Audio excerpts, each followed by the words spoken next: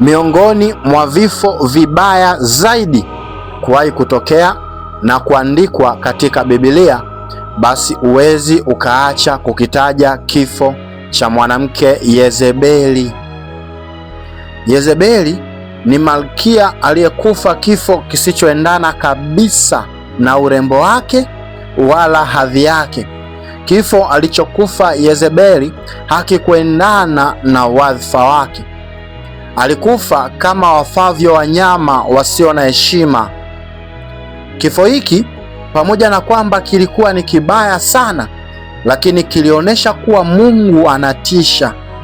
Na kila mtu aliyesikia habari za kifo cha Yezebeli aliogopa. Kitu ambacho kinanishangaza mimi na watu wengi zaidi ni kwamba Yezebeli hakuogopa chochote, hata alipojua ya kuwa mauti hii mlangoni, alipojua ya kwamba siku yake ya kufa imefika, lakini bado alionyesha kuwa yeye ni jeuri. Hakukubali kushuka wala kuinama, bali alijivika kiburi na ujasiri. Ingawa alikuwa amebaki peke yake baada ya kumpoteza mume wake kipenzi, watoto wake na familia yake, lakini hakuonesha kushuka wala kutikisika hata kidogo, na wala hakujutia chochote katika matendo yake aliyoyatenda. Sasa leo tutaenda kuangalia jinsi ambavyo Yezebeli alikijaza kikombe cha hasira za Mungu dhidi yake na kuufikia utimilifu wa uovu wake uliopelekea kulaaniwa yeye na uzao wake wote pamoja na watu wa nyumba yake. Hii ni sehemu ya 3 ya historia hii ya Yezebeli. Kama uliikosa sehemu ya kwanza na sehemu ya pili, basi zipo katika chaneli yetu hii, unaweza ukatazama na ukajifunza mambo mengi pale. Hii ni Hazina ya Kanisa. Kama hujasubscribe chaneli, ni kuombe usubscribe sasa na kushare kwa watu wengine wengi zaidi, na Mungu atakubariki. Jina langu ninaitwa Mwalimu Vincent Mwakisyala, na namba zetu ni kama unavyoziona hapo kwenye skrini yako. Kwa maombi, maombezi, ushauri, sadaka na michango, unaweza ukazitumia namba hizo hapo. Karibu sana, tuwe pamoja. Katika mji wa Yezreeli, hapo ndipo kulipokuwa na jumba kubwa la kifalme ambapo alikuwa akiishi mfalme Ahabu pamoja na malkia Yezebeli. Pembezoni mwa jumba hilo la kifalme kulikuwa na shamba zuri la mizabibu, shamba ambalo lilikuwa linapendeza na kuvutia. Shamba hilo lilikuwa linamilikiwa na mtu mmoja anaitwa Naboth. Shamba hilo halikuwa tu mali ya kawaida, bali lilikuwa ni urithi wa familia uliopitishwa kizazi hadi kizazi kwa mujibu wa sheria za Israeli.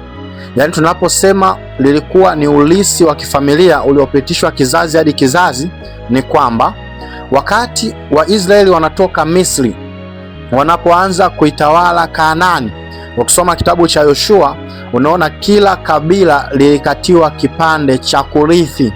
Kwa kila kabila lilipewa urithi wake katika ardhi hiyo ya Kanaani, na kila familia ilipewa kipande cha ardhi, ikapewa na shamba. Kwa baadhi ya watu walikuwa wanauza mashamba yao, lakini sheria iliambiwa kwamba kila mtu atunze na kulilinda kile kipande ambacho atapewa. Miongoni mwa vipande hivyo ndo hili shamba la huyu mtu anaitwa Naboth, ambaye huyu bwana amepokea urithi wa shamba hilo kutoka katika kizazi cha babu na babu na babu na babu na babu mpaka wale waliotoka katika taifa lile la Misri. Sasa hapa kuna kujifunza ni kwamba shamba la urithi au mali za urithi si vema sana kuziuza, kwa sababu inaonyesha asili ya kule tulikotoka, asili ya familia, fahari ya familia. Sasa kilichokuja kutokea ni kwamba Ahabu mfalme alilitamani sana shamba hili, kila akiliangalia linamvutia, na alilitamani shamba hili kwa sababu kubwa mbili. Sababu ya kwanza ya kwa nini analitamani shamba hili Ahabu ni kwamba shamba hili lilikuwa linapendeza na linavutia. Lakini jambo la pili, alilitamani shamba hili kwa sababu pia lilikuwa linapakana na ikulu. Kwa sababu shamba hili lilikuwa likipakana na ikulu, basi ile view ya ikulu itakuwa nzuri sana endapo shamba hili litakuwa ni mali ya mfalme. Baada ya kulitamani shamba hilo, Mfalme Ahabu akamwendea Naboth, akampa ofa, akamwambia hivi, ninalitaka shamba lako, ila nitakupa shamba lingine badala ya hili. Hilo shamba litakuwa bora, litakuwa kubwa zaidi ya shamba hili, lakini kama hutaki shamba lingine, basi mimi niko tayari kulinunua shamba hili kwa gharama yoyote utakayonitajia. Lakini Naboth akakataa katakata kumuuzia mfalme shamba lake. Alikataa kwa msingi wa kimaandiko. Katika sheria za Israeli, ardhi ya urithi haikuruhusiwa kuuzwa kiolela. Unaweza ukasoma katika kitabu kile cha Mambo ya Walawi sura ya 25, utaona pale sheria za ardhi jinsi ambavyo ziliandikwa. Ndio maana nimesema hapa tunaweza tukajifunza tu mfano huu ukatufaa sana, hata sisi tunapowalisisha watoto wetu vitu tuwatengenezee mentality ya kutouza urithi ule, kwa sababu ni urithi wao na watoto wao na watoto wao, na hii ni jambo jema sana. Tunaona Naboth akakataa katakata kumuuzia mfalme shamba lake, tena alimwambia kwa maneno makali. Inaonyesha mfalme alikuwa anamshawishi sana. Baadaye Naboth akamwambia kwa maneno makali, akasema, potelea mbali na mali zako. Yaani kwa lugha ya Kiswahili cha sasa ni kwamba nenda kafie mbele na pesa zako, mimi siuzi shamba la urithi ambalo nimelisi kutoka kwa wazee wangu. Baada ya Ahabu kukataliwa kuuziwa lile shamba, alirudi ndani ya ikulu akiwa mwenye huzuni sana, mwenye hasira, alafu alionekana kama mtu aliyekata tamaa. Tunajua kwamba mtu anapokihitaji kitu kwa nguvu kubwa na akakikosa, tunajua jinsi ambavyo huwa anajisikia. Kwa hiyo baada ya kukata tamaa na kuwa na huzuni nyingi na hasira nyingi, hata appetite ya chakula ikakata. Kwa hiyo Ahabu akakataa kabisa kula chakula, kwa sababu hakuwa anasikia tena kula chakula. Alikuwa ni mtu mwenye huzuni ambaye alitaka tu awe anakaa peke yake. Maandiko yanasema aligeuza uso wake ukutani, akakataa kabisa kula. Sasa mke wake Yezebeli alipotoka katika matembezi yake, alipofika nyumbani akamwona mume wake yupo katika hali ile ya huzuni, akamwona mume wake yupo katika hali ile ya uchungu na kukata tamaa, yupo katika hali ya hasira. Wale watumishi wakamwambia malkia kwamba mfalme amekataa kabisa kula. Ndipo alipopewa historia yote kwa nini mfalme amekataa kula, alipopewa kisa chote. Baada ya hapo, yule Yezebeli akamshangaa sana Ahabu, akamwambia, yaani wewe mfalme na unatawala Israeli? Yaani akiwa anamaanisha wewe ni mfalme, kwa nini unaruhusu mtu wa kawaida akuzuia kupata kitu unachotaka? Inawezekanaje mfalme unataka shamba alafu mtu tu wa kawaida anakukatalia kulipata hilo shamba? Wewe ni mfalme kweli? Wewe unatawala kweli? Kwa hiyo Yezebeli alimshangaa sana mfalme, kwa sababu Yezebeli tunavyomfahamu hawezi kabisa akavumilia kitu cha namna hiyo kwa nature yake tu. Kwa hiyo na kule alikotokea pia. Kwa hiyo Yezebeli yeye hakuwa anajua wala hakujali sheria ya Mungu ambayo alikuwa Naboth ameishikilia. Naboth alikuwa ameshikilia sheria ya Mungu kwamba shamba la urithi halitakiwi liuzwe kiolela.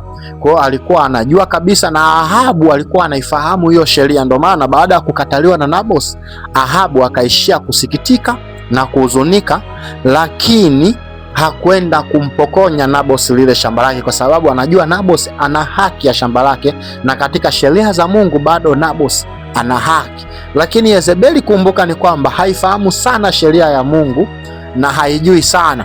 Ni kwamba Yezebeli sheria alikuwa anajifunzia baada ya kuolewa katika taifa la Israeli. Kwa hiyo sasa hakujali sana ile sheria ambayo Naboth alikuwa ameishikilia. Alichokifanya Yezebeli sasa, akaandika barua kwa jina la mfalme Ahabu.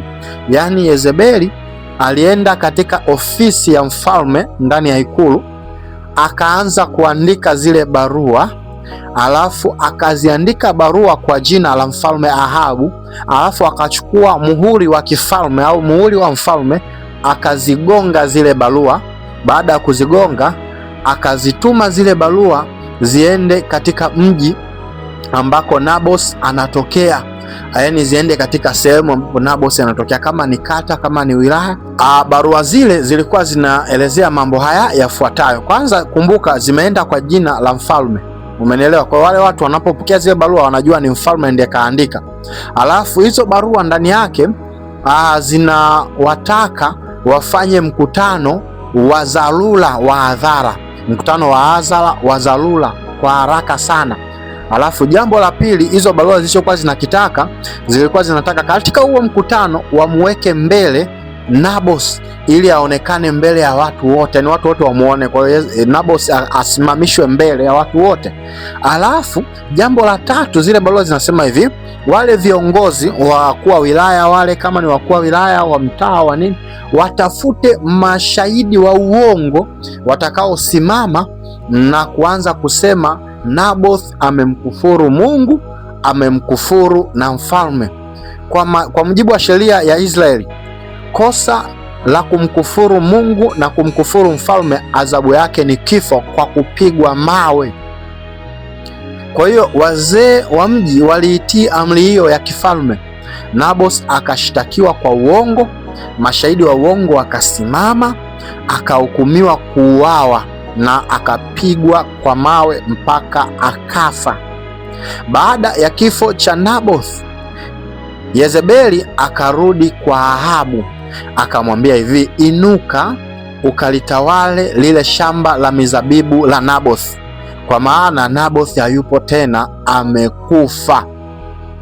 Na hapo tunaona kilele cha uovu wa Yezebeli kikawa kimefikia tamati. Yaani Yezebeli akawa amefika mpaka kwenye kilele cha uovu. Unajua kuna watu wanafanya uovu, lakini kuna watu wamefika mpaka kilele. Kama ni kikombe cha uovu ambacho kilikuwa kipo mbele yake, basi Yezebeli alikuwa amekijaza. Alitumia vibaya mamlaka. Yezebeli aliharibu haki, alisababisha mauaji ya mtu asiye na hatia. Sasa hilo la kusababisha mauaji ya mtu asiye na hatia ni jambo dogo tu, kwa sababu Yezebeli alikuwa ameua watu wengi, mpaka manabii wa Mungu, kiasi kuna kipindi aliua manabii wa Mungu mpaka Eliya akasema, nimebakia nabii peke yangu, manabii wenzangu wote wamekufa. Kama ikiwezekana, Mungu nawe bora uniue na mimi, kwa sababu haiwezekani tukauliwa na mwanamke mwovu kama Yezebeli. Kwa Yezebeli alikuwa ni mtu ambaye anatisha na ni mwovu sana. Sasa baada ya kumuua Naboth, kikombe cha uovu kikajaa kwa Yezebeli. Mara tu baada ya Ahabu kwenda kulichukua shamba, Mungu akamwamuru nabii Eliya kwenda kumkabili Ahabu. Eliya akamkuta Ahabu yupo katika lile shamba alilolipata kwa damu ya Naboth. Yuko pale anaendelea kuliangalia, analifurahia lile shamba ambalo wamelipata kwa dhuluma. Kwa Eliya alipofika akamkuta Ahabu pale, akamwambia maneno makali sana. Akamwambia hivi, mahali pale ambapo mbwa waliilamba damu ya Naboth, mbwa watailamba damu yako pia, kwa sababu Naboth alivyokufa, mbwa walilamba damu ya Naboth iliyomwagika pale. Sasa huyu Eliya anamwambia pale ambapo Naboth mbwa walilamba damu yake, na watailamba damu yako pia. Alafu akaendelea kuelezea kuhusiana na Yezebeli, akamwambia mbwa watamla Yezebeli karibu na ukuta wa Yezreeli. Mbwa watamla Yezebeli karibu na ukuta wa Yezreeli. Tunaposema ukuta wa Yezreeli, tunamaanisha katika miji ya zamani ilikuwa inajengwa kwa mfumo wa ngome, yani inazungushiwa ukuta mji mzima, kwa hiyo mji unakuwa ndani ya ukuta, kwa hiyo tunaita ni ngome. Kwa sasa anasema hivi, mbwa watamla karibu na ukuta wa Yezreeli, inamaanisha chini ya ule ukuta wa mji wa Yezreeli mbwa watamla Yezebeli. Just imagine, mbwa watamla karibu na ukuta, ni nje kidogo tu ya ukuta wa mji. Mbwa watamla Yezreeli, umeona, watamla Yezebeli. Hii ilikuwa ni hukumu ya pekee sana, na pia Eliya alitabiri laana kali sana katika familia yote ya Ahabu, kwamba mtu atakayekufa katika familia ya Ahabu akifia shambani ataliwa na tai, na kama kuna mtu atafia polini basi ataliwa na mbweha. Hakutoa nafasi ya uzao au familia ya Ahabu kufanyiwa mazishi ya heshima. Yaani hiyo ndo laana ambayo ilitoka na ikaitafuna familia ya Ahabu. Ingawa Ahabu alilia sana baada ya kusikia maneno makali ya Mungu kutoka kwa Eliya, akatubu, akagalagala mbele za Mungu, na Mungu tunaona akasogeza mbele, akasema basi macho yako hayatafanya nini? Hayataweza kuona uharibifu, ila nitauleta kipindi cha wanao. Ingawa yeye Ahabu alikufa kifo kile kile cha laana ile ile ambayo Mungu aliitabiri, lakini Mungu alichokufanya akamwepusha tu Ahabu kutoona uharibifu ambao utaenda kuikuta familia yake kipindi cha uhai wake, kwa akamficha nayo kwamba Ahabu atangulie. Kwa Ahabu akafa sawasawa na ile laana ambayo Eliya alimtabiri kwamba mbwa watailamba damu yake sehemu ambapo walilamba damu ya Nabothi. Na kweli siku aliyokufa Ahabu, wakati wanakimbiza kuaisha maisha yake, damu zinachuruzika nyingi, akafa njiani. Wakati alipokufa njiani, sehemu ambapo mbwa walilamba damu ya Nabothi ndio sehemu ambapo mbwa wakaja wakaanza kuilamba na damu ya Ahabu. Baada ya kufa kwa Ahabu, watoto wake wakaendelea kutawala taifa la Israeli. Kama ambavyo tunajua kanuni za kifalme, watoto wanarisi, wale maprince wanarisi na kuendelea kuwa wafalme. Baadaye tunaona anakuja kuinuka mtu mmoja anaitwa Yehu.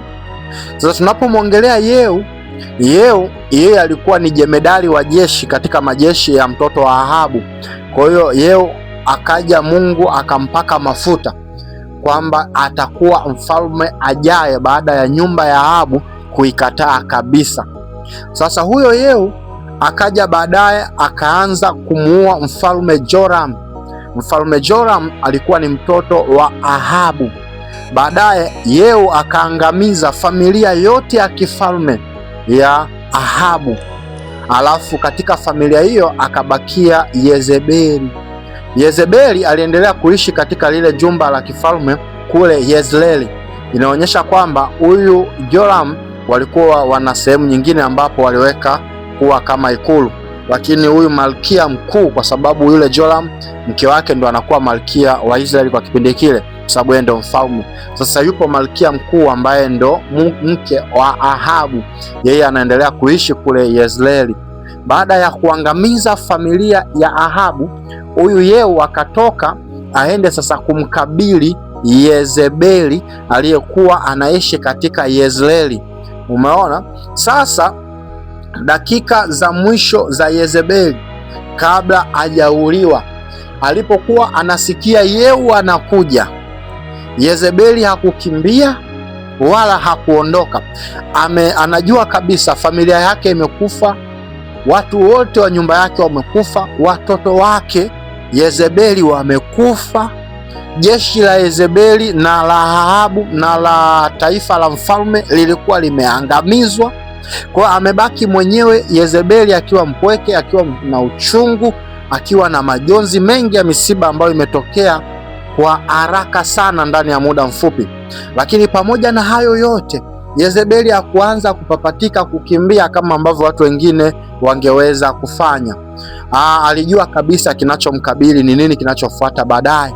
Lakini baadaye sasa mambo aliyoyafanya Yezebeli ndio yanatushangaza. Maandiko yanatuambia akaenda kwenye kioo, akaanza kujiremba, akaanza kupaka macho yake rangi, akapamba nywele zake, mpaka pale alipojiona kwamba anavutia, akasimama dirishani. Sasa watu wengi wanashangazwa na kitendo hiki cha Yezebeli kuanza kujiremba baada ya kusikia Yehu anakuja. Baadhi ya wahubiri wanafikiri kwamba Yezebeli alikuwa anataka kumtamanisha Yehu, ili Yehu anapoenda kumuua lose focus, badala ya kumuua Yezebeli aanze kulala naye. Ndivyo watu wengi ambao wanafikiri, ndio maana Yezebeli alienda kujipaka rangi, akaanza kujilemba, akaanza kujipiga makeup na kuvaa nguo za kuvutia. Watu wengi wanajua alikuwa anataka kumtamanisha Yehu, ili mwisho wa siku Yehu waanguke kwenye kuzini, alafu Yezebeli ajiponye na kifo. Lakini tunaposoma maandiko hatuoni kwamba Yezebeli alikuwa ana nia ya kumtamanisha Yehu. Yezebeli hakuwa na nia ya kumtamanisha Yehu. Badala yake, tunajuaje kwamba hakuwa na nia ya kumtamanisha Yehu? Ni kwa sababu alikuwa anamtukana. Yaani Yezebeli alisimama dirishani na kuanza kumtukana Yehu na kumlaani. Akamwambia, je, kuna amani ewe Zimri, muuaji wa bwana wake? Je, kuna amani ewe Zimri, muuaji wa bwana wake? Kwa hiyo tunaona kabisa haya maneno yalikuwa ni maneno makali, yalikuwa ni maneno ya kashfa, yalikuwa ni maneno ya laana, na yalikuwa ni maneno kama matusi, anamtukana Yehu. Kwa kama angelikuwa anataka kumtamanisha, basi asingeweza kuyatoa maneno kama haya. Kwa inamaanisha ni wazi Yezebeli alitambua kwamba wakati huu ni wakati ambao anakwenda kufa, ndio maana akasimama akaamua kutamka matusi na maneno ya kashfa kama hayo. Sasa ina maana gani anaposema je, kuna amani ewe Zimri? Anapoongelea Zimri maana yake nini? Tutaangalia hapo baadaye, lakini nataka nikupe sasa, kama hakuwa anataka kumtamanisha Yehu, kwa nini alijilemba? Kwa nini alijipamba? Sasa sababu inayoonyesha kwa nini alijipamba, alikuwa anataka kumwonyesha Yehu kwamba mimi ninakufa kama mfalme, sifi kama mtumwa. Ninakufa kama mtawala, sifi kama mtumwa. Ninakufa kama malkia. Kwa anataka kumwonyesha kwamba bado mimi ni malkia wa hili taifa, na hata unaponiua ninakufa nikiwa kama malkia, sifi kama mtumwa. Tunajua watumwa watakimbia, watumwa watajitahidi kujisalimisha, watumwa watapiga magoti, wataanza kuomba msamaha, watumwa watakubali kufungwa na kukimbizwa kwa kamba, lakini yeye anasema mimi sijakimbia, mimi sijaonesha unyonge, kwa hiyo ninakufa kama malkia, sifi kama mtumwa. Kwa hiyo hakuwa tayari kukimbia wala kujificha, lakini hakutaka kuonesha udhaifu kwa Yehu. Alitaka aonekane katika utambulisho wake wa mwisho mpaka kufa. Yaani alikuwa anataka mpaka anapokufa endelee kuonekana katika ule utambulisho wake wa kimalkia. Sababu ya pili kwa nini alijilemba ni kwa sababu ya kiburi na roho ya uasi iliyokuwa ndani yake. Yezebeli tunajua ni mwanamke kiburi, mwanamke jeuri. Katika maandiko sidhani kama kuna mwanamke kiburi kumzidi Yezebeli. Kwa hiyo tabia ya Yezebeli katika maisha yake yote ilikuwa ni kujionyesha kuwa ana nguvu, kukubali kushindwa kama tulivyoona katika vipindi vinyuma, lakini pia ni kujionyesha kwamba yeye ni mwenye mamlaka. Lakini alijenga taswira kwamba Yezebeli ni mtu asiyeogopa mtu yoyote wala chochote. Just imagine, Yezebeli hakuwa akimwogopa mpaka Elia, ambaye watu wengi walikuwa wanamheshimu na wanaliheshimu neno lake. Lakini Yezebeli alikuwa anataka kuonesha kwamba yeye hawezi kuinama kirahisi rahisi, wala hawezi kusalenda kirahisi rahisi, kujisalimisha. Hata alipokaribia kufa hakubadilika, akaonyesha msimamo wake ule ule. Badala ya kunyenyekea, alifanya mambo mawili, akajipamba na kumtukana Yehu.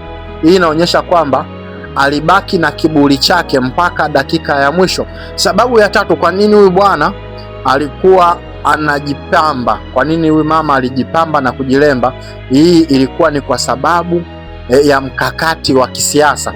Kwa hiyo kitendo chake hiki kinaweza kuwa lilikuwa ni jaribio la kumdhibiti Yehu kisaikolojia, au lilikuwa shambulio la kisaikolojia ambalo huyu Yezebeli alikuwa analitumia.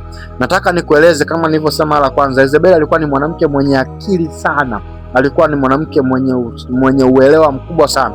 Kwa anaposimama dirishani, kumbuka dirishani alikuwa juu ya ghorofa, ukuta ulikuwa ni mkubwa. Anaonyesha kwamba nafasi yake yeye ni ya juu, anayo mamlaka.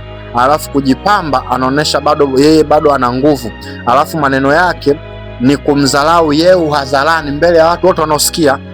huyu Yezebeli anamdharau Yehu, alikuwa anamwonyesha Yehu, wewe si chochote mbele yangu. Kwa hiyo alikuwa anamtisha kwamba umekuja sasa kwa mtu anayeitwa Yezebeli, wewe si chochote mbele yangu.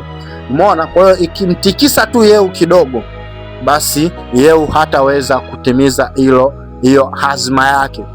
Kwa hiyo huyu alikuwa anamvimbia. Ni sawasawa na ukutane na nyoka, alafu akaanza sasa, akashindwa pa kukimbilia, akajitunisha sasa, anakuonyesha kwamba mimi ndio nyoka, sasa tukabiliane. Kwa hiyo ukiogopa tu, kumbe naye anaogopa, anatafuta njia ya kukimbilia. Kwa hiyo ukiogopa tu pale, basi unampa yule nyoka mamlaka. Kwa hiyo ndivyo ambavyo huyu Yezebeli alichokifanya, akajigeuza kuwa kama nyoka, akajitutumua kwamba sasa umekuja kwa Yezebeli, mimi ndio Yezebeli ninayesimama na bado nina mamlaka. Alafu akaonyesha maneno ya kumdharau, lakini credit kwa Yehu ni kwamba hakutikisika, yani hakubadilika wala hakuyumbishwa kisaikolojia na maneno yale.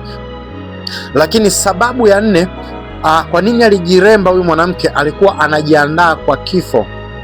Yani alikuwa anajiandaa kwa kifo. Katika baadhi ya tamaduni za kale, watu wa kifalme walikuwa wanajitayarisha kwa kufa. Yani mtu ambaye anakuwa labda ameumwa sana, anaona hatapona, basi anavaa mavazi mazuri, anajitayarisha kwa kufa. Kama kuna watu karibu ambao watakuwa wanamwaga, basi atasema neno la mwisho hivyo yani. Kwa hiyo alikuwa anajitayarisha kwa kifo cha malkia, kifo cha kifalme.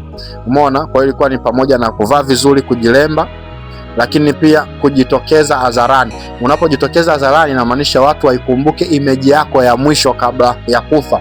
Kwa ndicho Yezebeli alichokuwa anakifanya, anataka watu waione imeji yake kwamba yuko tayari kwa kufa. Na hii ilikuwa ni njia ya kukutana na kifo cha heshima. Umeona?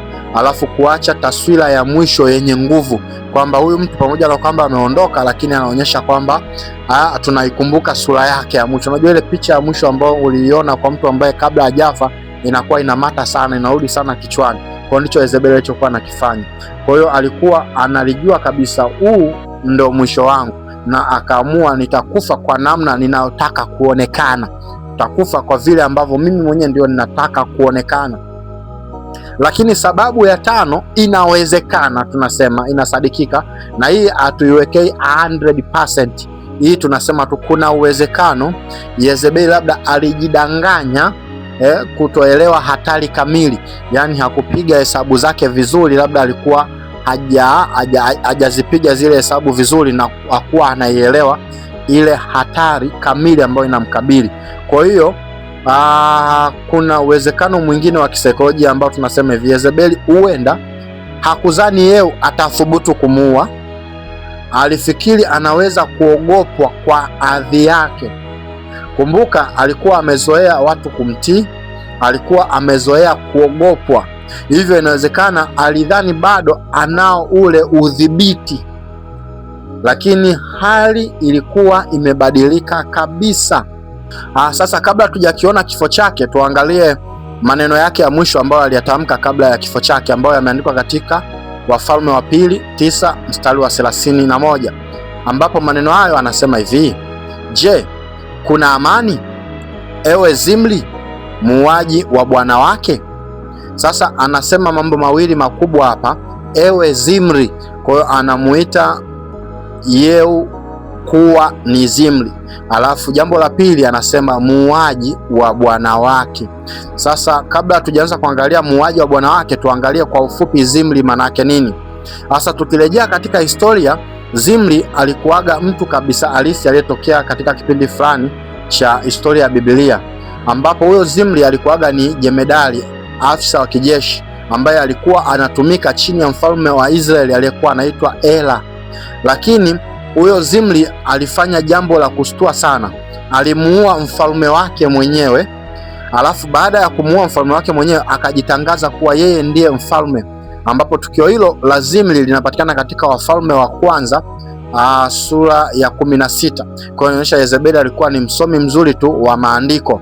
Kwa hiyo mwisho wa Zimri, utawala wake haukudumu. Alitawala kwa siku 7 tu, just imagine. Yani ametoka kupindua serikali, lakini alitawala kwa siku 7. Na nani aliyempindua huyu Zimri? jeshi lake ambalo lilienda kumpindua huyo mfalme Ela likamgeukia likampindua na yeye. Kwa Zimri alikaa madarakani kwa wiki moja tu, siku 7. Baadaye akajichoma moto ndani ya jumba lake na kufa. Alipoona jeshi limemgeuka akaamua kujichoma moto. Kwa sasa huyu Yezebeli anapotamka jina la Zimri lilikuwa alama ya mtu ambaye ni msaliti. Umeona? Kwa hiyo Zimri alihesabika kama mtu msaliti ambaye amemuua bwana wake au bosi wake, mfalme wake mwenyewe, alafu amepora mamlaka kwa nguvu, na mwisho wake ulikuwa ni mbaya. Alipinduliwa ndani ya siku 7 na akajiua kwa kujichoma moto.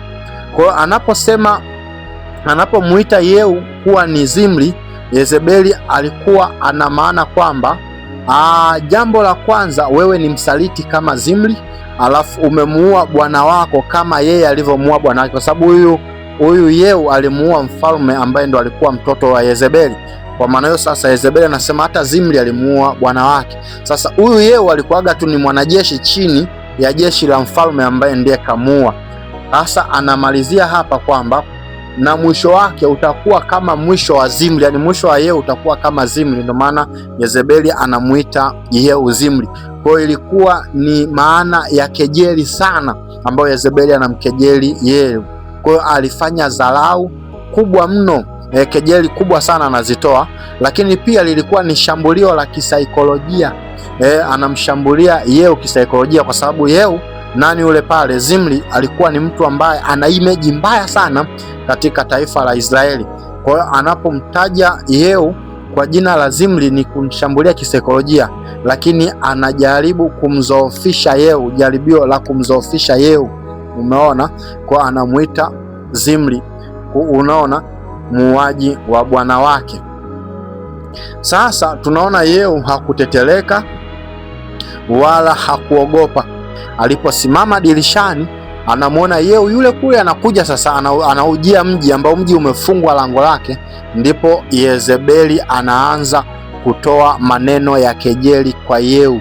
Anatoa maneno ya dharau, anatoa maneno ya dhihaka, kuonyesha kwamba yeye ni malkia tu, haogopi chochote.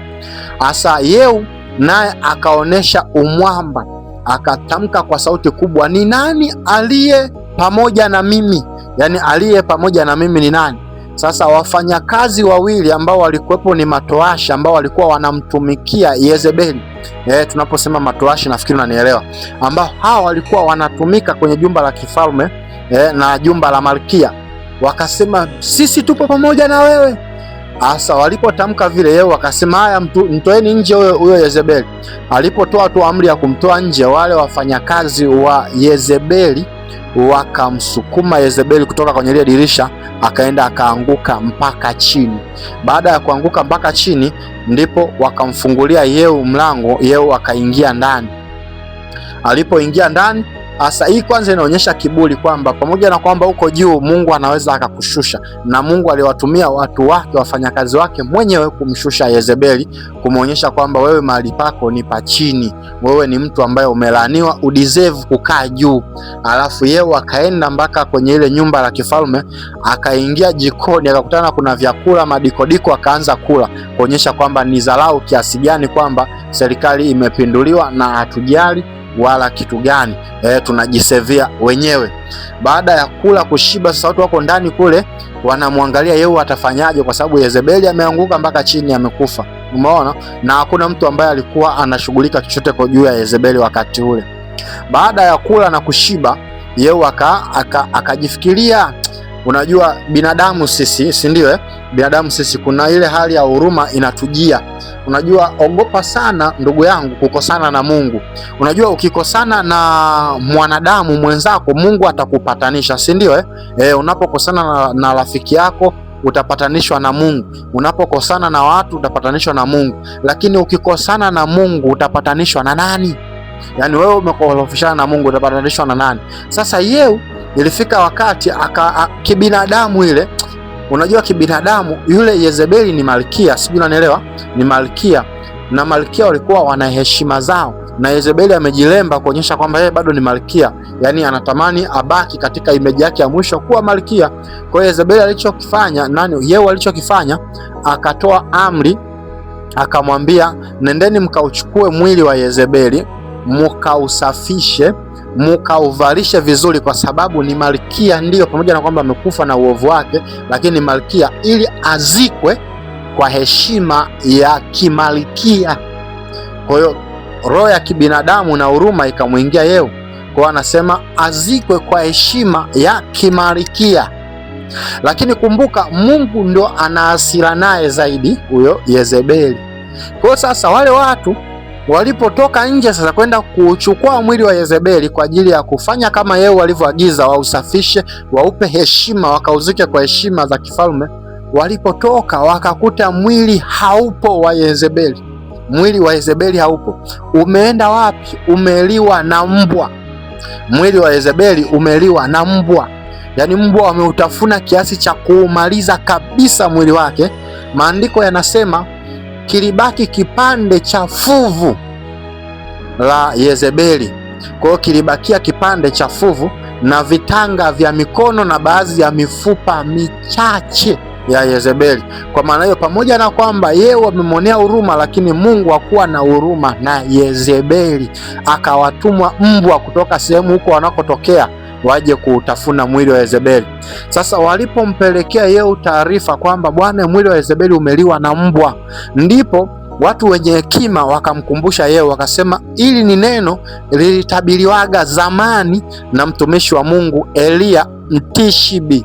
Eliya Mtishibi alisema kwamba mwili wa Yezebeli utaliwa na mbwa, kwa hiyo hatazikwa kwa ile heshima ya kifalme. Kwa hiyo tunaona vikaokotwa vitanga vya mikono vilivyobakia, yani mifupa hii ya mikono na mifupa midogo iliyobakia na kile kipande cha fuvu la kichwa, ndo vikaenda kuzikwa kuwakilisha mwili wote wa Yezebeli. Mungu anatisha sana. Basi kufikia hapa kwa leo hii hatutakuwa na la ziada, ila kipindi hiki tutaendelea nacho wakati ujao. Tutaenda kuangalia sasa roho ya Yezebeli imerudi vipi duniani, roho ya Yezebeli, na tutaenda kumwangalia Yezebeli wa kitabu cha Ufunuo ambaye Yesu anasema umemlizia mwanamke Yezebeli, akiwa anaongea na lile kanisa la Tiatira katika yale makanisa 7 ya Ufunuo wa Yohana. Sasa tutaenda kuangalia Yezebeli ambaye Yesu anamzungumzia pale, lakini tutaangalia na roho ya Yezebeli katika kizazi cha sasa. Roho ya Yezebeli katika kizazi cha sasa. Kama unajifunza na unabarikiwa, basi unaweza ukashare nasi kwenye comment hapa kuonesha kwamba umejifunza kitu gani. Na pokea simu kwamba somo hili watu wengi linawafungua, watu wengi wanajifunza vitu vingi. Basi na unaweza ukashiriki nasi kwa kuacha comment yako hapo kuonyesha ni namna gani somo hili linakusaidia. Jina langu ninaitwa Mwalimu Vincent Mwakisyala. Namba zetu ni kama unazoziona hapo. Basi kwa maombi, maombezi na ushauri wa kiroho unaweza ukazitumia namba hizo hapo. Lakini pia kama unatamani kuungana kuwa mmoja wa huduma hii au kuwa sehemu ya huduma hii, basi unaweza ukazitumia namba hizo kwa mchango wako, sadaka yako, na vitakuwa vimepokelewa kabisa katika kuendeleza kujenga mwili wa Kristo. Kama hujasubscribe, ni kuombe usubscribe sasa channel hii na kushare kwa watu wengine wengi, na Mungu atakubariki. Tukutane wakati ujao.